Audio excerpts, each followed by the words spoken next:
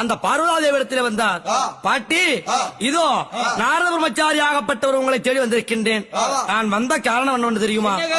அம்மா, இந்த உலகத்தின் கண்ணிலே உங்களால் தான் முடியும், அப்படி என்று உங்களிடத்திலே ஒரு வேண்டுகோள் வைக்க வந்திருக்கின்றேன். வாவென்றாலும் கழகம், போவென்றாலும் கழகம். ஆமா, இருந்தாலும் வந்துட்டு என்ன காரணம்? அதாவது கல்வி, செல்வம், வீரம், இதிலே வீரத்துக்கு அதிகாரியாக இருக்கக்கூடிய உங்களால் மட்டுமே முடியும் என்று நான் வந்திருக்கின்றேன். இதோ என்ன பார்த்தீர்களா? இதோ இரும்பு துண்டு. இரும்பு துண்டை கடலையாக அம்மம்மா வருத்திடையும் தந்திடணும்.